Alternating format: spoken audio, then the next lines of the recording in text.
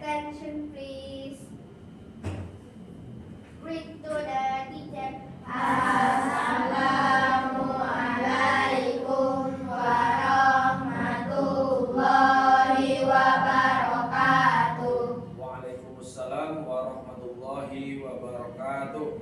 Let's pray together. Bismillahirrahmanirrahim. Rabbi shrah li sadri wa yassir li amri wahlul 'uqdatam min lisani yafqahul qawli. Ya Allah, ya Tuhanku, lapangkanlah dadaku, mudahkanlah urusanku, dan lepaskanlah ikatan dari lidahku, agar pembicaraanku dapat dipahami oleh mereka. Amin. Ya Allah, kabulkanlah segala permohonanku ini. Oke, apa kabar anak-anak semua hari ini? Alhamdulillah, Allah Akbar. Oke, alhamdulillah anak-anak hari ini masih terlihat semangat. Nah, hari ini kita akan belajar mengenai berpikir komputasional sebagai dasar coding dan KA. KA itu kecerdasan artifisial atau kecerdasan buatan. Kalau membaca judul ini, kira-kira apa yang tergambar sama anak Bapak? Berdasarkan judul kita tergambar komputasional, berarti komputer. Artinya kita dituntut berpikir secara komputer untuk sebagai dasar coding dan KA. Kita tidak bahas coding dan KA-nya, kita hanya berbatas berpikir komputasional. Nah, Bapak mau tanya dulu, di rumah ada yang pernah masak mie instan enggak? Sewaktu masak mie instan, Anda pernah perhatikan enggak bungkus mie-nya? Di belakang bungkus mie itu ada apa biasa? Tata cara memasak mie. 1, panaskan air. 2, masukkan mie. 3, tuang bumbu mie-nya ke dalam piring. 4, tiriskan mie, masukkan ke dalam piring. 5, diaduk. 6, mie siap disajikan. Nah, itu langkah-langkah berpikir komputasional. Jadi dalam kehidupan kita sehari-hari sebenarnya kita sudah berpikir secara komputasional. Namun untuk berpikir komputasional itu ada konsep berpikirnya. Tujuan kita belajar adalah memahami dan menerapkan 4 prinsip berpikir komputasional. Jadi kita paham untuk berpikir cara komputer harus punya 4 prinsip, harus punya 4 unsur ini. Ini Bapak contohkan. Nih, berpikir komputasional adalah cara berpikir logis dan sistematis untuk menyelesaikan masalah. Secara logis dan sistematis. Logis itu artinya masuk dengan akal pikiran kita, masuk akal. Sistematis artinya berurutan. Itu dia. Untuk menyelesaikan masalah atau mengerjakan suatu tugas atau kegiatan. Ini contoh, membuat kue. Langkahnya 1, 2, 3. Di sini mengumpulkan bahan, pecahkan telur, dimasukkan bahan. Kira-kira angka di sini urutannya kalau dibalik jadi nggak kuenya nanti? Tidak. Karena tidak sistematis kalau urutannya dibalik. Nah, dalam berpikir komputasional prinsipnya itu ada 4. Yang pertama dekomposisi, kedua pengenalan pola, ketiga abstraksi, keempat algoritma, berpikir secara algoritma. Bapak akan bahas singkat satu persatu. dekomposisi. Dekomposisi memecahkan masalah kompleks, maksudnya masalah kompleks ini masalah yang besar, kita menjadi bagian-bagian yang lebih kecil dan lebih mudah dikelola atau bisa kita pahami. Jadi ada permasalahan besar, kita pecahkan menjadi permasalahan yang lebih kecil. Contoh dekomposisi: membersihkan pakaian. Membersihkan pakaian. Untuk membersihkan pakaian kita dekomposisikan, kita pecahkan dulu permasalahan untuk membersihkan pakaian. Kita cuci dulu pakaiannya. Habis cuci tentu pakaiannya basah. Kita jemur pakaiannya. Setelah dijemur supaya rapi dipakai kemudian disetrika. Jadi ada bagian tugasnya masing-masing. Atau contoh berikutnya, Keisha dan ibunya ingin memasak nasi goreng telur ceplok. Supaya pekerjaannya lebih simpel, lebih ringan, mereka bekerja sama, gotong royong, bagi tugas, didekomposisi. Keisha bagian bikin telur ceploknya, ibunya bagian bikin nasi goreng. Itu dekomposisi, memecahkan tugas agar lebih mudah diselesaikan. Berikut ada namanya pengenalan pola. Pengenalan pola berarti mengidentifikasi kesamaan atau pola dalam berbagai permasalahan untuk menemukan solusi yang dapat diterapkan kembali.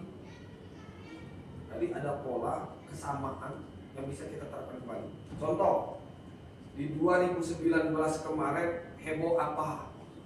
Ada yang ingat dah 2019? Ada apa? COVID.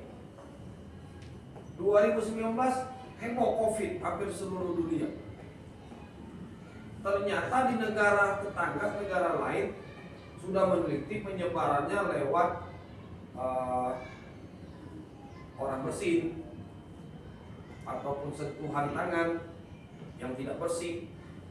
Negara lain akhirnya menerapkan warga negaranya harus pakai masker, harus rajin cuci tangan, dan terbukti dengan itu penyebaran COVID di negara tersebut berkurang atau melambat. Lantas dengan seperti itu negara-negara lain akhirnya mengikut pola negara tersebut. Sampai ke negara kita Indonesia, kita diwajibkan pakai masker. Kalau mau apa-apa makan cuci tangan. Karena sudah terbukti dengan pola seperti itu bisa menekan angka penyebaran virus COVID. Jadi kalau kita mengenali pola, kita jadi gampang untuk menyelesaikan masalah. Kalau kita nggak tahu polanya tadi, mungkin negara Indonesia masih meneliti bagaimana caranya supaya COVID-nya nggak cepat menyebar, bagaimana pengobatannya. Karena tahu polanya, negara Indonesia nggak perlu lagi penelitian, ikut negara yang sudah sukses menjalankan. Itu dia pola. Di sini ada contoh nih. Pola itu bisa juga berupa angka 2, 4, 6, 8. Kalau ada angka 2, 4, 6, 8, selanjutnya angka 10. Ini ada pola bentuk, ada lingkaran segitiga, lingkaran segitiga. Apa yang selanjutnya? Nah itu, ada banyak sekali contoh pola tersebut. Berikut abstraksi. Abstraksi adalah menyaring informasi yang tidak relevan dan hanya mengambil informasi yang penting untuk menyelesaikan masalah. Tadi ada sekumpulan informasi, kita ambil informasi yang penting, yang tidak penting atau yang tidak sesuai informasinya, dan gak usah diambil. Kalau semua informasi kita kumpulin malah bikin repot kita. Bapak contohkan, Mama Nabil mau bikin bolu. Berhubung mau sambil santai, bikin bolunya di ruang keluarga sambil nonton TV.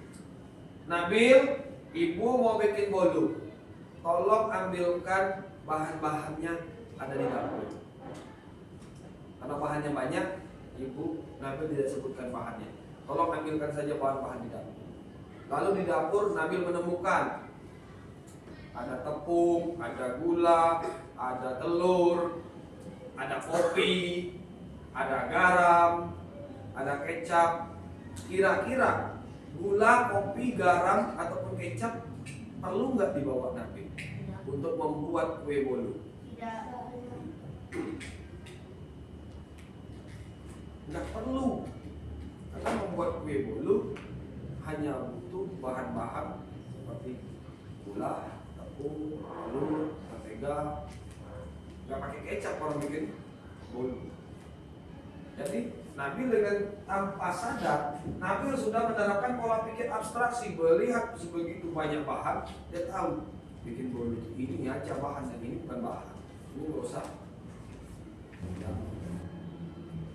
Terakhir ada algoritma thinking atau berpikir algoritma, yaitu menyusun langkah-langkah instruksi ataupun prosedur yang sistematis untuk menyelesaikan suatu masalah.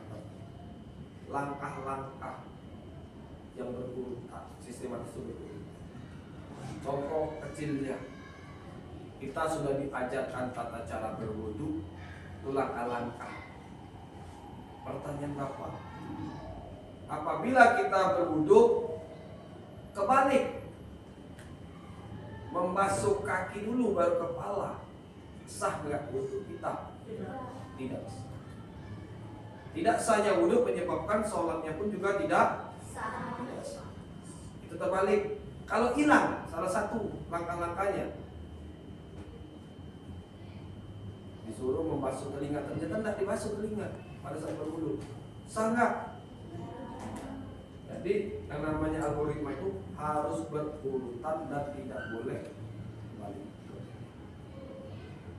Itu dia. Sampai di sini kira-kira ada yang mau ditanyakan nggak? Nggak ada? Oke, kalau nggak ada, kita tepuk semangat dulu lah. Tepuk semangat.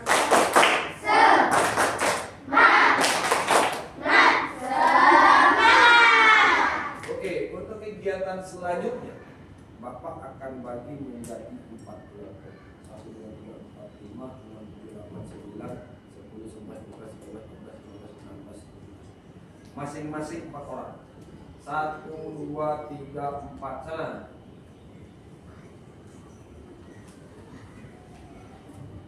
Di sana, geser dikit. 2. Nomor 5 sini. Tunggu. Oke, ini berlima ceknya sini. Ayo.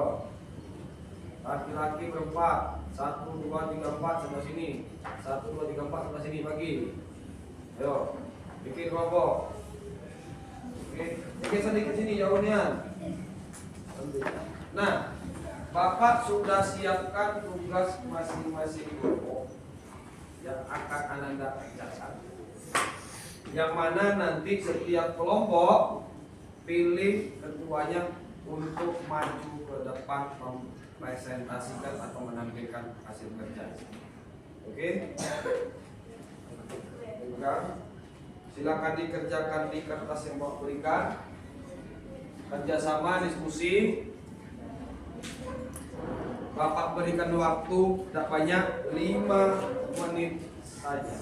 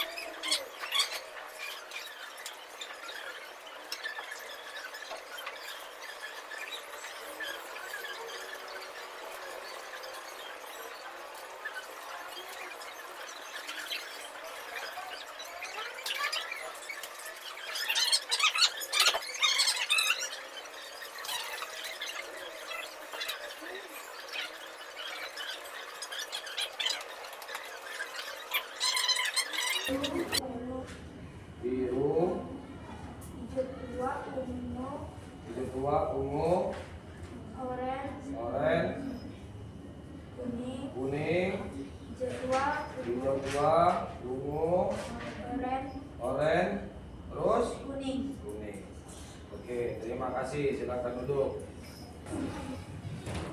Yang mana nih? Yang ini nih, Pel? Maju.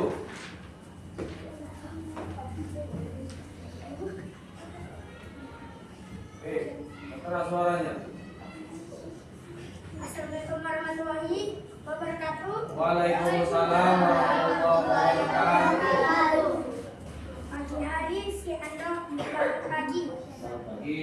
Kedua, Andro merapikan tempat tidur. Iya. Dan ketiga, Andro mandi.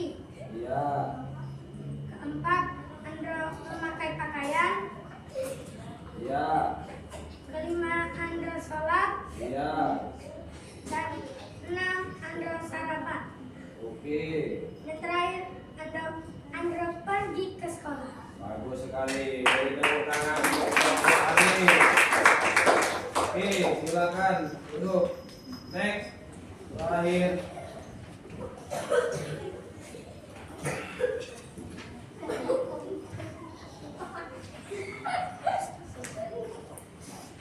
Ayo. Kelompok siapa nih? Ayo, sana.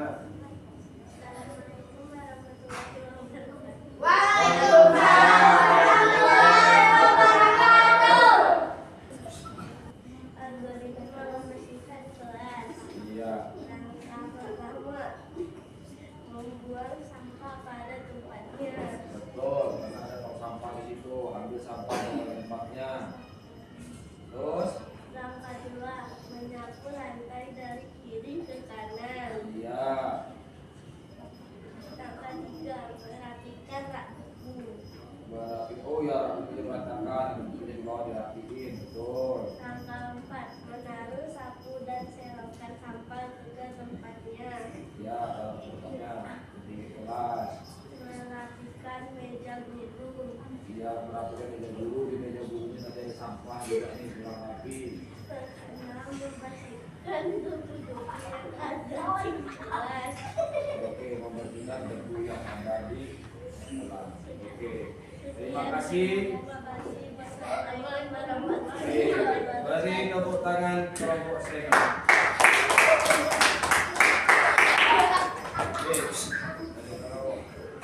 Oh, diulang 20 menit lagi. Nah, apa yang kita pelajari hari ini itulah konsep berpikir komputasional. Ada berapa prinsipnya? Ada 4. Apa saja? Algoritma, pola, abstraksi, dekomposisi. Oke. Nah, untuk tugas rumah. Tadi Bapak sudah jelaskan secara singkat. Halo. Secara singkat cara membersihkan pakaian. Dari mulai mencuci, dekomposisinya, menjemur sampai. Nah, sebagai umat muslim kita tidak cukup dengan bersih. Kita butuh pakaian yang suci. Coba Anda susun algoritma bagaimana cara mensucikan dan membersihkan pakaian. Boleh ditanya sama guru agamanya ataupun bertanya dengan orang tuanya di rumah. Susunlah algoritma cara mensucikan dan membersihkan pakaian. Paham? Paham. Oke. Pertemuan hari ini Bapak cukupkan sampai sini. Saya hamdalah. Alhamdulillahirabbil alamin. Assalamualaikum warahmatullahi wabarakatuh. Waalaikumsalam.